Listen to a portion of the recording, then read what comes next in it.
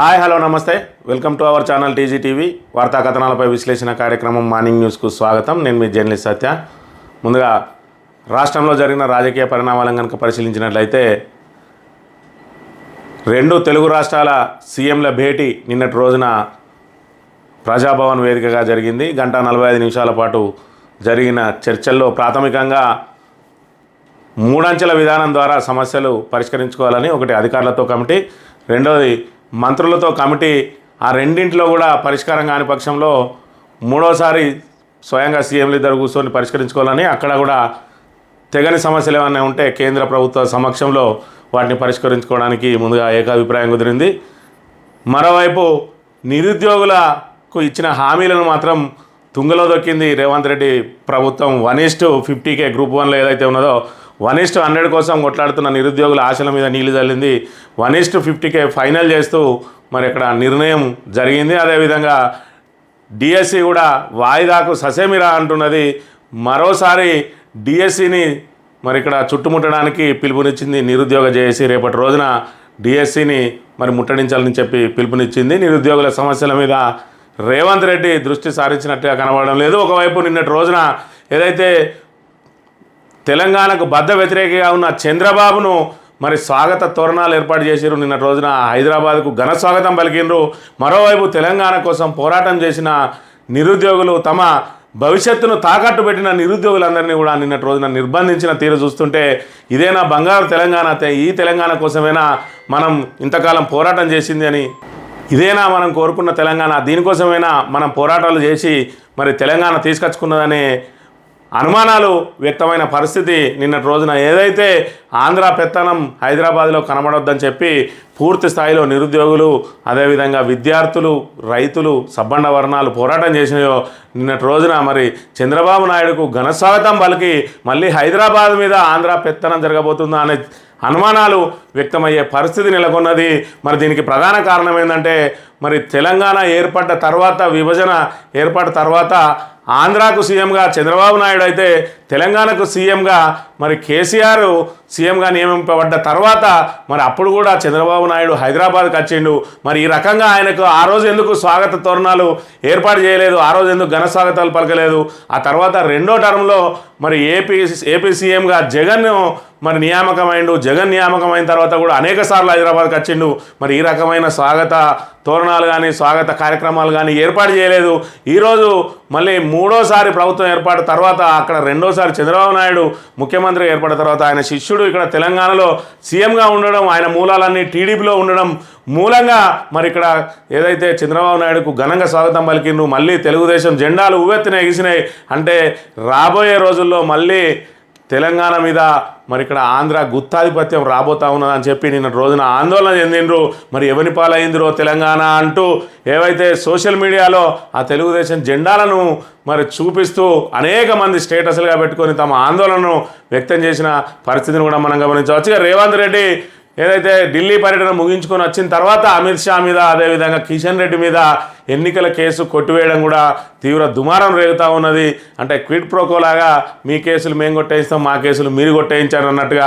అదేవిధంగా గవర్నర్ దగ్గర కూడా ఏదైతే బీఆర్ఎస్ ప్రభుత్వ హయాంలో 7 బిల్లులు పెండింగ్లో ఉన్నాయో ఆ బిల్లులన్నింటినీ కూడా మరి పరిష్కారం లభించింది. వాటి బిల్లులన్నింటినీ ఆమోదిస్తూ గవర్నర్ సంతకం చేసిండు.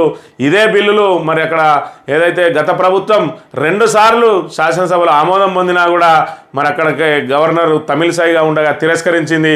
ఇప్పుడు మళ్ళీ ఎలాంటి చర్చ లేకుండానే పాత బిల్లులను మరి కొత్త గవర్నరు ఆమోదింపజేయడం మూలంగా మరి ఇక్కడ రేవంత్ రెడ్డికి, అదేవిధంగా బీజేపీకి కొనసాగుతున్న సత్సంబంధాలను ఇక్కడ మనం గమనించవచ్చు. అంటే రెండు పార్టీలు కూడా ఇక్కడ వారి స్వప్రయోజనాల కోసం మరి ఇక్కడ క్విడ్ ప్రోకో జరుగుతున్నట్టుగా కూడా మరి అనుమానాలు వ్యక్తమవుతున్నాయి. ఏది ఏమైనా తెలంగాణ ప్రజలకు మంచి జరిగే విషయంలో వారిద్దరూ కలిసి ఉండాలి. కానీ తెలంగాణకు అన్యాయం జరిగే విషయంలో మొన్నటికి మొన్న సింగరేణి కేటాయించాల్సిన బ్లాకులను మరి ఇక్కడ వేలం వేసిరు. ఆ వేలానికి కాంగ్రెస్ ప్రభుత్వం సహకరించిందని చెప్పి ఇక్కడ తీవ్ర దుమారం రేగుతున్న నేపథ్యంలో అలాంటి విషయంలో రాజీ పడకుండా తెలంగాణ ప్రయోజనాల కోసం కేంద్ర ప్రభుత్వం నుంచి మరి సఖ్యత కొనసాగించి మరి నిధులు తీసుకురావాలి తప్ప తెలంగాణ ప్రయోజనాలను తాకట్టు పెట్టవద్దని చెప్పి రేవంత్ రెడ్డిని డిమాండ్ చేస్తూ ఉన్నది తెలంగాణ సమాజం అనే విషయాన్ని దృష్టిలో పెట్టుకోవాలి. ఇక వార్తా కథనాలను కనుక పరిశీలించినట్లయితే ముందుగా నమస్తే తెలంగాణ విషయానికి వస్తే పరిహారం లేదు, పరామర్శ లేదు.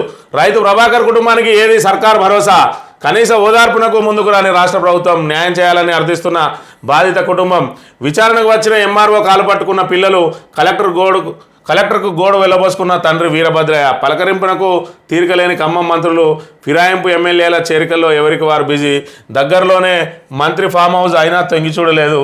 రైతు కుటుంబానికి నేడు బీఆర్ఎస్ నేతల పరామర్శ అని చెప్పి ఈ రైతు ప్రభాకర్ ఎవరైతే ఉన్నారో ఆయన భూమిని కాంగ్రెస్ నాయకుడు కబ్జా చేసిండు, నా భూమిని కాపాడండి, నా తదనంతరమైన నా భూమిని పరిష్కారం చేయండి అని చెప్పి ఆయన వీడియో తీసుకొని మరి ఆత్మహత్య చేసుకున్న సంఘటన రాష్ట్ర వ్యాప్తంగా సంచలనం సృష్టించింది. మనందరం గమనించింది. దీని మీద కాంగ్రెస్ ప్రభుత్వం మరి స్పందించి మరి వాళ్ళ కుటుంబానికి న్యాయం చేస్తా అన్నది. కానీ ఇప్పటి వరకు వాళ్ళకు పరిహారం లేదు. కనీసం వాళ్ళను పరామర్శించిన నాదులే లేడు.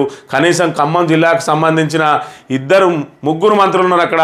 ఆ ముగ్గురు మంత్రులు కూడా ఒక్కరు కూడా అక్కడ తొంగి చూడని పరిస్థితి. మరోవైపు ఏదైతే ఒక మంత్రికి సంబంధించిన ఫామ్ హౌస్ వాళ్ళ ఇంటికి సమీపంలోనే ఉంటుందట, అయినప్పటికీ కూడా ఆ మంత్రి కూడా రాలేదు.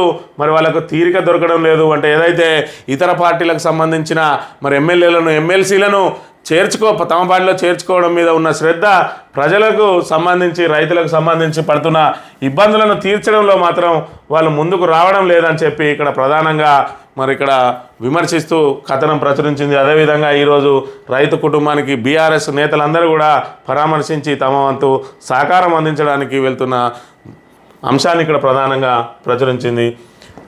విభజన సమస్యల పరిష్కారానికి కమిటీలు, చీఫ్ సెక్రటరీ స్థాయి ఉన్నతాధికారులతో ఇరు రాష్ట్రాల నుంచి 3 మెన్ కమిటీలు, మంత్రులతో మరో కమిటీ ఏర్పాటు. తేలిన అంశాలపై ఇరువురు సీఎంల చర్చ.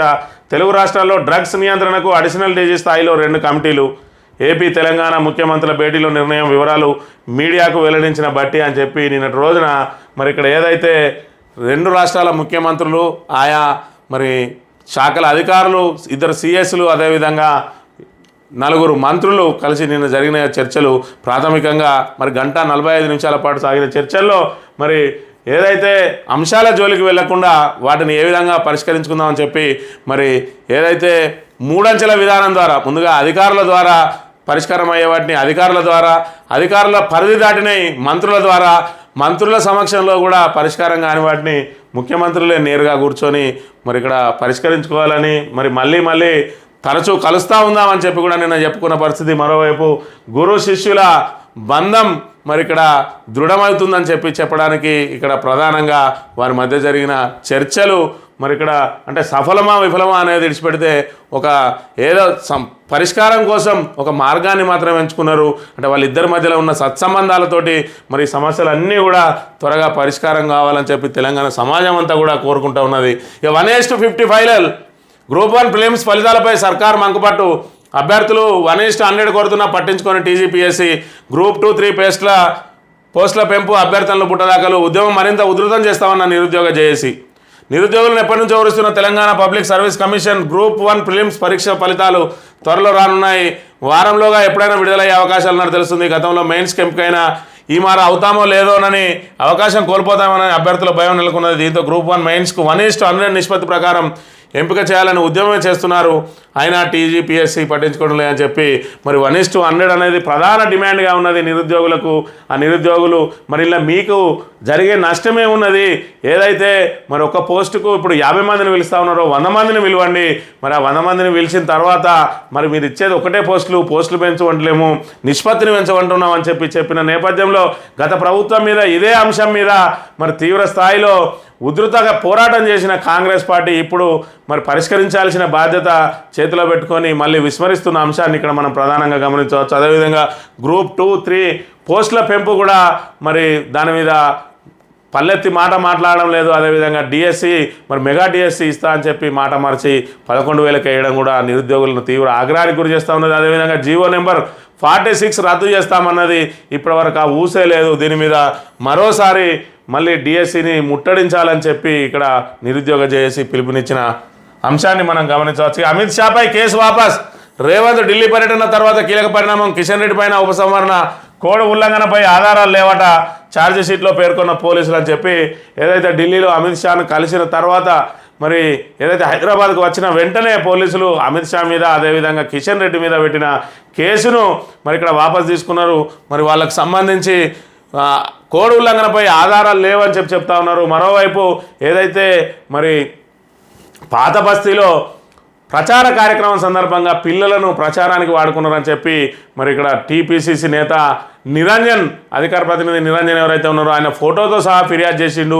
ఆ ఫోటో సామాజిక మాధ్యమాల్లో చక్కర్లు కొడుతూ ఉన్నది, ఇప్పటికి కూడా వెబ్సైట్లో దర్శనమిస్తున్నది. అయినా కూడా ఆధారాలు లేవని చెప్పి వాళ్ళిద్దరి పేర్లను తొలగించడాన్ని బట్టి చూస్తే మరి ఇక్కడ రేవంత్ రెడ్డికి అదేవిధంగా బీజేపీ పార్టీకి మధ్యలో సఖ్యత నెలకొనడానికి ఇది వారధిగా నిలుస్తుందనే అంశాన్ని కూడా మనం ఇక్కడ గమనించవచ్చు. రాహుల్ను నిలదీస్తాం, ఉద్యోగాల హామీ ఎగవేతపై త్వరలో చర్యలు, ఢిల్లీ కొలువుల భర్తీపై సీఎం ప్రకటన హాస్యాస్పదం, నిరుద్యోగ జేఏసీ సమన్వయకర్త సంజీవ్ నాయక్ అని చెప్పి మరి ఇక్కడ ఏదైతే నిరుద్యోగులకు స్వయంగా హామీ ఇచ్చిండో రాహుల్ గాంధీ, ఆ రాహుల్ గాంధీని కూడా నిలదీయడానికి ఢిల్లీకి వెళ్తాం, చెలో ఢిల్లీ యాత్ర చేపడతాం.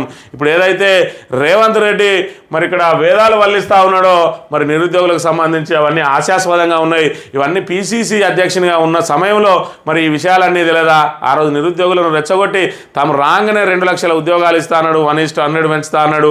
అదేవిధంగా డిఎస్సిలో పోస్టులు పెంచుతా అన్నాడు, ఏదైతే మన గ్రూప్ 2, 3లో పోస్టులు పెంచుతా అన్నాడు, మెగా డిఎస్సి వేస్తా అన్నాడు. వీటన్నిటికి కూడా మంగళం పాడి ఈరోజు కొత్త భాష అని చెప్తా ఉన్నాడు. ఖచ్చితంగా రాహుల్ గాంధీని కూడా నిలదీస్తామని చెప్పి చెప్తున్న పరిస్థితిని మనం ఇక్కడ గమనించవచ్చు. ఎందుకంటే డిఎస్సి ముట్టడి, డిఎస్సి వాయిదా కోసం నిరుద్యోగుల పిలుపు అని చెప్పి మరి ఇక్కడ రేపటి రోజున కూడా మళ్ళీ ముట్టడి కార్యాచరణను చేపట్టింది నిరుద్యోగ జేఏసీ. తమ సమస్యలు పరిష్కారం అయ్యే వరకు పోరాటం ఆపేది లేదని చెప్పి చెప్తున్న పరిస్థితి మనం గమనించవచ్చు. ఇక ప్రశ్నిస్తే పెయిడ్ ఆర్టిస్టా, ఆడబిడ్డపై అడ్డగోలు ట్రోలింగ్ న్యాయమా, కాంగ్రెస్ తీరుపై గ్రూప్ 2 అభ్యర్థి సింధు ధ్వజం అని చెప్పి ఈ అమ్మాయి సింధు ఎవరైతే ఉన్నారో ఆమె నిన్నటి రోజున ఏది నిరుద్యోగుల మరి టీజీపీఎస్సీ ముట్టడి సందర్భంగా మరి ఆమె న్యాయం కావాలని చెప్పి వీ వాంట్ జస్టిస్ అని చెప్పి ఆమె చేసిన వీడియో మరి పూర్తి స్థాయిలో వైరల్గా మారింది. దీని మీద నిన్న రోజున తీన్మార్ మల్లన్న అనే వ్యక్తి మరి శంకిని అని చెప్పి ఆమెను దూషించిన అంశాన్ని గమనించినట్టయితే గతంలో ఇదే అమ్మాయిని పెట్టి తన మార్నింగ్ న్యూస్లో మరి ఇక్కడ అప్పుడు టీఎస్సీ పిఎస్సీ ఉండే టీఎస్పీఎస్సీ, ఇప్పుడు టీజీపీఎస్సీ అయింది. టీఎస్పీఎస్సీ బాధితురాలుగా ఆమెను అక్కడ నిలబెట్టి మాట్లాడించిన తీన్మార్ మల్లన్న ఈరోజు ఈ ప్రభుత్వం మీద గలమెత్తితే మాత్రం శంకిని అని సంబోధిస్తూ ఉన్నాడు. ఆమె మరి పెయిడ్ బ్యాచ్ అని ఇక్కడ మాట్లాడుతూ ఉన్నాడు. మరి ఆ రోజు ఆయన వద్దకు వచ్చిన రోజు పెయిడ్ బ్యాచ్ కనిపించలేదా అని చెప్పి కూడా ఇక్కడ పెద్ద ఎత్తున దుమారం నెగింది.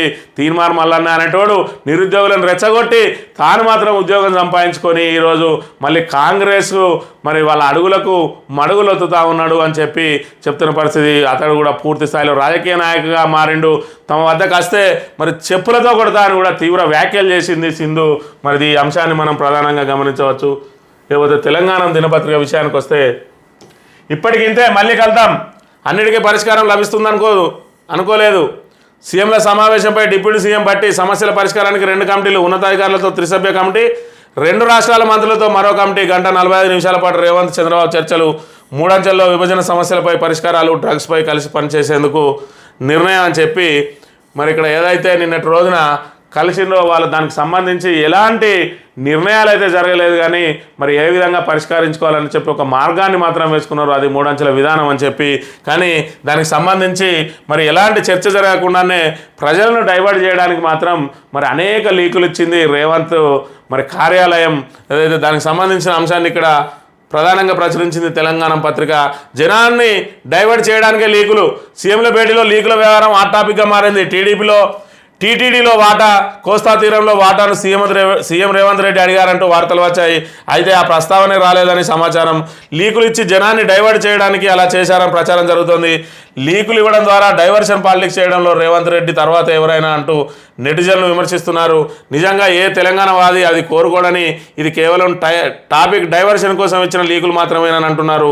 అది సునీల్ కనుగోలు స్క్రిప్ట్ అని చెప్పి అంటున్నారని చెప్పి ఏదైతే వీళ్ళిద్దరు కనుక మరి ఇక్కడ భేటీ అయిన అంశాన్ని మరి ఇక్కడ తీవ్రంగా వ్యతిరేకిస్తూ ఉన్నది తెలంగాణ సమాజం. అంటే ఆయనకు మరి ఏదైతే ఆహ్వానం పలికిన తీరైతేంది ఆయన కోసం మరి ఇక్కడ నిబంధనలు అతిక్రమించి మొత్తం తెలంగాణ మరి హైదరాబాద్ అంతా కూడా పసుపుమయంగా చేయడాన్ని మరి సగటు తెలంగాణ వాదులు జీర్ణించుకోవడం లేదు. మరి ఈ ఏదైతే వ్యతిరేకత నుంచి తప్పించుకోవడం కోసం ఇక్కడ మరి టీటీడీలో వాటా అడిగిందని చెప్పి కోస్తా తీరంలో, అదేవిధంగా ఏదైతే మరి పోర్టుల్లో ఉన్నారో పోర్టుల్లో వాటా అడిగిందని చెప్పి లీకులు ఇచ్చిండ్రు. మరి తెలంగాణ వాళ్ళు ఎవరు కూడా టీటీడీలో వాటా కావాలని, పోర్టుల్లో వాటా కావాలని ఎవరు కోరుకోవడం లేదు. మరి ప్రజలను గందరగోళం పరచడానికే ఈ లీకులు ఇచ్చిరని చెప్పి ఇక్కడ ప్రధానంగా ప్రచురించింది. ఇక తెలంగాణను అమ్మేస్తున్నారా? రుణమాఫీ కోసం భారీగా రుణ సమీకరణ, అప్పుల కోసం కుదువకు భూములు, బాండ్ల విక్రయం ద్వారా 15,000 కోట్లు, భూముల తనఖా ద్వారా 10,000 కోట్లు, మిగతా మార్గాల్లో మరికొన్ని ఎలాగైనా రుణమాఫీ చేయాలని చూస్తున్న సీఎం రేవంత్. బడ్జెట్ అంచనాలకు మించి రుణాలు చేస్తున్న ప్రభుత్వం. అప్పులపై గతంలో తీవ్ర విమర్శలు చేసిన రేవంత్ మరి నేడు ఎలా సమర్థించుకుంటారని విమర్శ అని చెప్పి ఏదైతే ఆగస్టును 15 లోపు రుణమాఫీ చేస్తామని చెప్పిండ్రో, అదేవిధంగా రైతు భరోసాకు నిధులు కావాలి, రైతు బీమాకు నిధులు కావాలి, అదేవిధంగా పంటల బీమాకు నిధులు కావాలి. వీటన్నిటిని కూడా నిధుల సేకరణ కోసం మరి భూములను తనఖా పెట్టడానికి, అదేవిధంగా మరి రాష్ట్ర ప్రభుత్వ బాండ్ల విక్రయం ద్వారా మరి ఇక్కడ నిధుల సమీకరణ కోసం ప్రయత్నం చేస్తూ ఉన్నాడు. మరి ఇప్పటికే 30,000 కోట్లకు పైగా అప్పులు చేసిండు. దాని ద్వారా కొత్త ప్రాజెక్టుల నిర్మాణం ఏమి లేదు, కొత్తగా ప్రవేశపెట్టినవి ఏమి లేవు, గతంలో కొనసాగుతున్నాయి కూడా మరి సక్రమంగా నిర్వహిస్తున్న తీరులేదు. అయినప్పటికీ కూడా 30,000 కోట్ల రూపాయలు మరి కేవలం ఇక్కడ ఖర్చుల కోసం, జీతాల కోసమే వాడుకుంటున్న నేపథ్యంలో ఇంకా 6 గ్యారంటీల అమలులో ఇంకా మహాలక్ష్మి ప్రతి మహిళకి 2,500 ఇవ్వడం లేదు, అదేవిధంగా పెన్షన్ 4,000 చేయలేదు, అదేవిధంగా కళ్యాణ లక్ష్మి తులం బంగారం ఇవ్వలేదు. మరి ఇప్పటికే 30,000 కోట్ల అప్పు జరిగితే మరి రాబోయే రోజుల్లో ఇంకెన్ని వేల కోట్ల అప్పు జరుగుతాయి.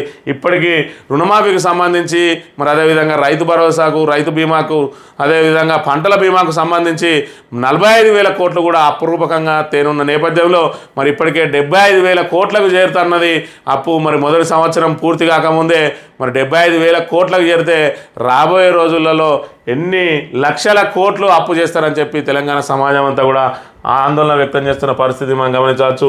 ఇది పెద్దలు ఇచ్చిన ఆస్తి. మనం బతకడానికి మన సోకులకు ఈ భూములను అమ్మొద్దు. ప్రజా అవసరాలకు ఏదైనా నిర్మించాలన్నా ప్రభుత్వ ఆసుపత్రులు కానీ, విద్యాలయాలు కానీ, చివరకు చచ్చిపోతే శ్మశానాలకు కూడా భూమి లేని పరిస్థితి ఉంటుంది.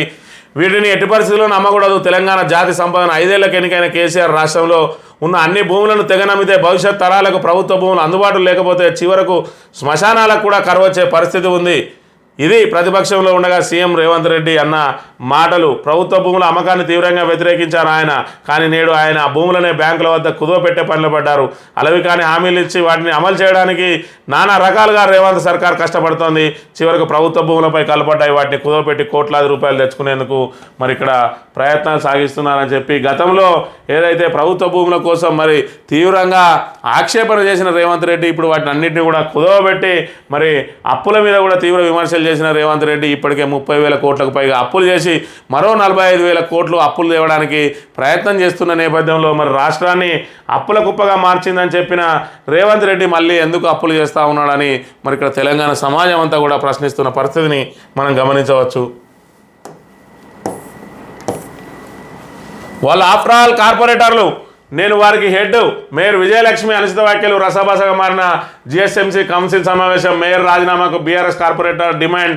ప్లకార్డులతో పోడియం చుట్టుముట్టిన కార్పొరేటర్లు. బీజేపీ ఎంఐఎం కార్పొరేటర్ల మధ్య ఘర్షణ, గందరగోళం మధ్య కౌన్సిల్ వాయిదా అని చెప్పి నిన్నటి రోజున ఏదైతే జిహెచ్ఎంసీకి సంబంధించి మరి గ్రేటర్ హైదరాబాదు మరి ఇక్కడ సర్వసభ్య సమావేశం జరిగింది. ఈ సందర్భంగా బీఆర్ఎస్ అదేవిధంగా విపక్ష కార్పొరేటర్లందరూ కూడా ఆందోళన వ్యక్తం చేస్తూ ఉన్నారు. మరోవైపు విజయలక్ష్మి పార్టీ మారినందుకు మరి ఖచ్చితంగా రాజీనామా చేయాలని డిమాండ్ చేసిన నేపథ్యంలో ఆమె తన మరి ఏదైతే కార్పొరేటర్ల మీద అనుచిత వ్యాఖ్యలు చేసింది. వాళ్ళు ఆఫ్టర్ ఆల్ కార్పొరేటర్లు, నేను ఇక్కడ వాళ్ళకి హెడ్ అని చెప్పి మరి చేసిన వ్యాఖ్యలు తీవ్ర దుమారం లేపినాయి. వాళ్ళందరూ కూడా ఖచ్చితంగా రాజీనామా చేసే వరకు వదిలేది లేదని చెప్పి మరి అక్కడ వెలువద్ద బైఠాయించడంతో ఆమె మరి అర్ధాంతరంగా అందులో నుంచి వెళ్ళిపోయింది. అదేవిధంగా సమావేశాన్ని కూడా వాయిదా వేసిరు. ఏది ఏమైనా కూడా మరి ఇక్కడ పార్టీ మారిన వాళ్ళకు మాత్రం ఇక్కడ చుక్కెదురవుతున్న పరిస్థితిని అయితే మనం గమనించవచ్చు. అమ్మా బయలెళ్ళినాదో నేటి నుంచి ఆషాఢం బోనాలు. బోనం ఎత్తేందుకు భాగ్యనగర్ సిద్ధం. గోల్కొండలో తొలి బోనం అని చెప్పి మళ్ళీ హైదరాబాద్లో బోనాల జాతర జరగబోతూ ఉన్నది. ఆషాఢం బోనాల సందర్భంగా గోల్కొండలో తొలి బోనం ఎత్తబోతూ ఉన్నారు. మళ్ళీ ఆషాఢ మాసం పూర్తయ్యే వరకు కూడా హైదరాబాద్ వ్యాప్తంగా బోనాల పండుగ పెద్ద ఎత్తున జరిగే అవకాశం ఉన్నది. ఆర్థిక ఎమర్జెన్సీ ప్రకటించండి, రాష్ట్ర ఆర్థిక పరిస్థితి బయటపెట్టండి, జీతాలు పెన్షన్లు ఇవ్వలేని దుస్థితి, రేవంత్ పాలనపై బీజేపీ ఏలేటి ఆగ్రహం అని చెప్పి మరి రాష్ట్ర ప్రభుత్వ ఆర్థిక పరిస్థితి ఏందో ప్రజల ముందు పెట్టాలని మరి గతంలో శ్వేతపత్రాలు విడుదల చేసిన రేవంత్ రెడ్డి మరి ఇప్పుడు తాను తెచ్చిన అప్పులను ఏం చేస్తూ ఉన్నాడు, అదేవిధంగా మరి రుణమాఫీ ఏ విధంగా చేస్తాడు, రైతు భరోసాకు నిధులు ఎక్కడి నుంచి చేస్తాడు, మరి దీనికి సంబంధించి అంతా కూడా ఆర్థిక ఎమర్జెన్సీ మరి ఆర్థిక పరిస్థితిని బయట పెట్టాలి. మరి ఈరోజు జీతాలు పెన్షన్లు ఇవ్వలేని దుస్థితిలో ఉన్నది రేవంత్ రెడ్డి పరిస్థితి అని చెప్పి ఇక్కడ ఒకవైపు బీజేపీ ఆరోపణలు చేస్తూ ఉండగా ఈయన మాత్రం ఇతర పార్టీల నేతలను మరి పార్టీలో చేర్చుకోవడంలో మరి ఆయన బిజీగా ఉన్న అంశాన్ని మనం ఇక్కడ గమనించవచ్చు. కారు దిగొచ్చిన కలవని చేతులు కాంగ్రెస్లో చేరిన ఎమ్మెల్యే బండ్ల వ్యతిరేకిస్తున్న సరితవర్గం, మరోవైపు జగిత్యాల్లో చల్లారని రగడ, పలు నియోజకవర్గాల్లో ఇదే వరుస అని చెప్పి నిన్నటి రోజున ఏదైతే గద్వాల ఎమ్మెల్యే బండ్ల కృష్ణమోహన్ రెడ్డి మళ్ళీ కాంగ్రెస్ పార్టీలో చేరిండు. మరి అక్కడే ఉన్న సరిత ఎవరైతే మాజీ జడ్పీ చైర్పర్సన్ ఉన్నారో వాళ్ళ వర్గం మాత్రం తీవ్రంగా ఆందోళన చేస్తూ ఉన్నారు. గాంధీ భవన్ వద్ద ధర్నాలు చేసిర్రు, సెల్ టవర్లు ఎక్కిరు. అయినప్పటికీ కూడా వాళ్ళను బుజ్జగించి మరి ఇక్కడ ఆయనను పార్టీలో చేర్చుకున్న ఆయన ఒకవైపు బుజ్జగించినా కూడా మరి వాళ్ళ మధ్య సఖ్యత మాత్రం కుదరడం లేదు. దీనికి జగిత్యాల ఉదంతమే మరి ఉదాహరణగా మాట్లాడవచ్చు. అక్కడ జీవన్ రెడ్డి ఏదైతే తీవ్రంగా వ్యతిరేకించిండో సంజయ్ కుమార్ చేరికను అనంతరం మరి అధిష్టానం బుజ్జగింపుతోటి ఆయన చల్లబడ్డప్పటికి కూడా కనీసం ఆయన ఫ్లెక్సీలను కూడా ఉంచడానికి ఇప్పుడు ప్రస్తుత ఎమ్మెల్యే వర్గం మరి ఆయన మీద తీవ్రంగా ఒత్తిడి తెస్తా ఉన్నది. ఆయన ఫ్లెక్సీలను కూడా చింపి పడేసిండు.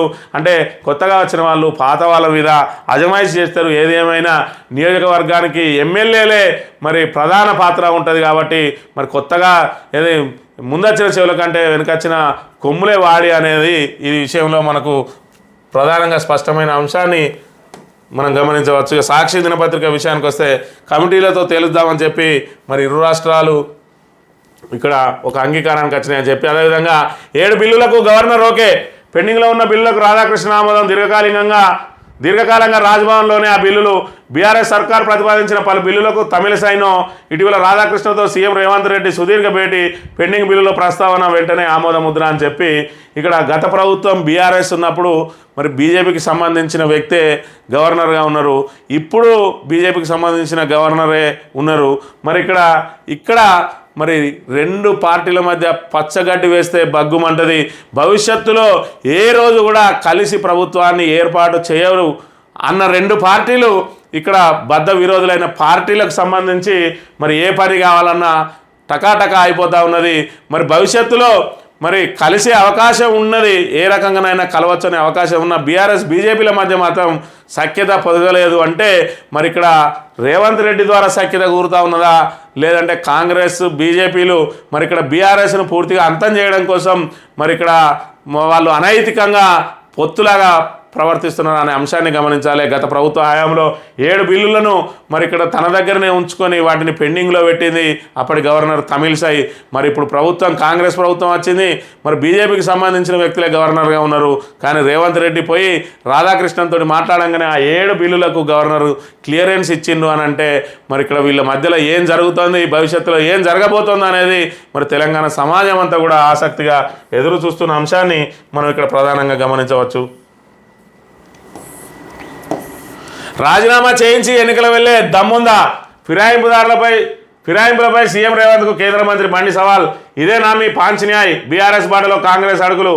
బీజేపీ ఎమ్మెల్యేలు ఉన్న చోట్ల అభివృద్ధి పనులు చేయడం లేదు, రాష్ట్రంలో కాంగ్రెస్కు ప్రత్యామ్నాయం బీజేపీ అని చెప్పి మరి ఏదైతే వలసదారులను ప్రోత్సహిస్తూ ఉన్నారో మరి ఆ ప్రోత్సహించి మీరు ఎవరైతే బీఆర్ఎస్ ఎమ్మెల్యేని చేర్చుకున్నారో వాళ్ళను దమ్ముంటే రాజీనామా చేయించి మళ్ళీ గెలిపించుకునే మీకు దమ్మున్నదా అని చెప్పి ఇక్కడ సవాల్ చేసిండు కేంద్ర సహాయ మంత్రి మరి బండి సంజయ్.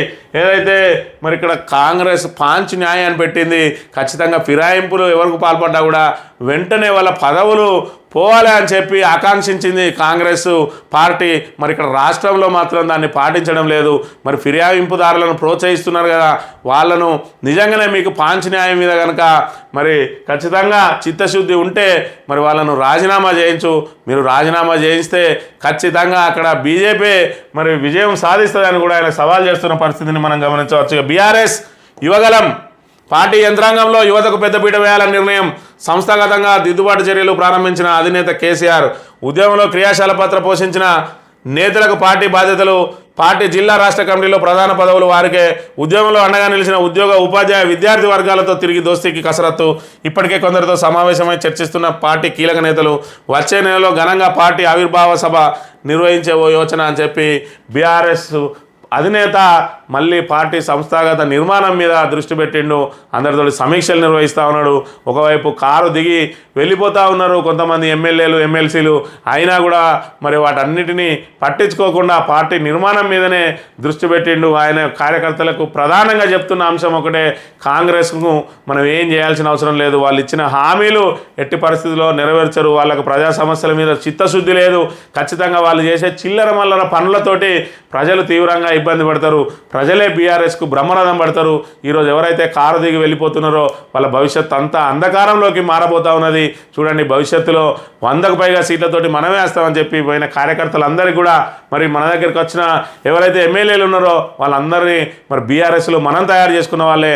వాళ్ళు పోతే మళ్ళీ మనకు కార్యకర్తలకు కొదవలేదు, నాయకులకు కొదవలేదు, మళ్ళీ నూతన నాయకత్వాన్ని తయారు చేసుకుందామని చెప్తున్న పరిస్థితి. మరోవైపు యువతకు పెద్దపీట వేసి మరి అందులో యువతను ఇన్వాల్వ్ చేసి, అదేవిధంగా బీఆర్ఎస్కి ఏవైతే దూరమైనయో టీచర్లు, అదేవిధంగా విద్యార్థులు, అదేవిధంగా ఉద్యోగ ఉపాధ్యాయులందరినీ కూడా మరి హక్కున చేర్చుకోవడానికి వారితోటి దశల వారీగా చర్చలు జరుపుతున్న పరిస్థితి.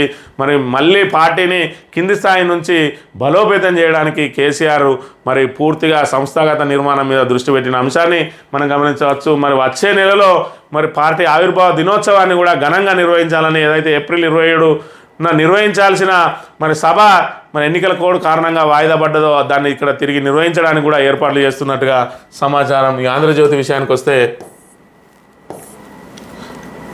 2 కమిటీలు విభజన సమస్యల పరిష్కారానికి తెలంగాణ ఆంధ్రప్రదేశ్ సీఎంల సమావేశంలో నిర్ణయం.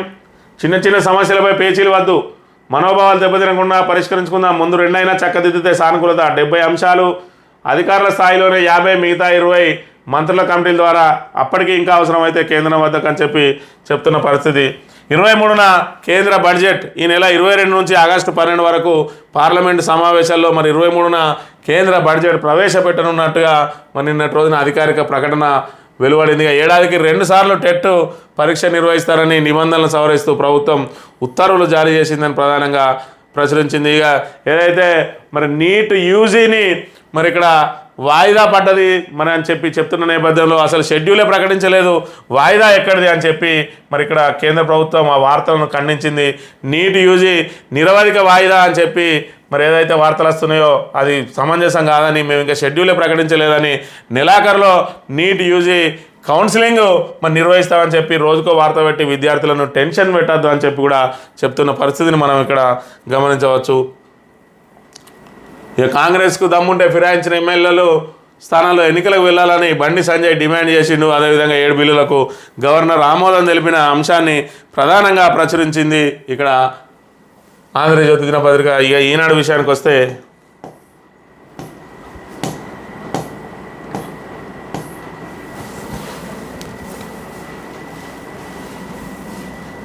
ముఖ్యమంత్రుల భేటీకి సంబంధించి ప్రధానంగా ప్రచురించింది. ఇక కాళేశ్వరం పంప్ హౌజుల పైన విచారణ, అవి వరద నీటిలో మునగడానికి కారణాలపై దర్యాప్తు జరపాలని జస్టిస్ పీసీ ఘోష్ కమిషన్ నిర్ణయం. రేపు విచారణకు రావాలంటూ ఇంజనీర్లు గుత్తేదారులకు పిలుపు అని చెప్పి మరో 2 నెలలు ఈయనకు మరి ఇక్కడ గడువు పొడిగించింది కాబట్టి మరి 2 నెలల గడువులో మరి ఇంకింత సమయం వెసులుబాటు దొరికింది కాబట్టి మరి పనిలో పనిగా ఏదైతే పంప్ హౌజులు ఉన్నాయో పంప్ హౌజులు కూడా నీళ్ళల్లో మునిగిపోయినాయి కాబట్టి ఆ నీళ్ళు ఎందుకు వచ్చినాయి, ఆ పంపులు ఎందుకు మునిగాయని కూడా విచారణ చేయడానికి అధికారులను పిలిపించినట్టుగా ఇక్కడ ప్రధానంగా ప్రచురించింది ఈనాడు దినపత్రిక.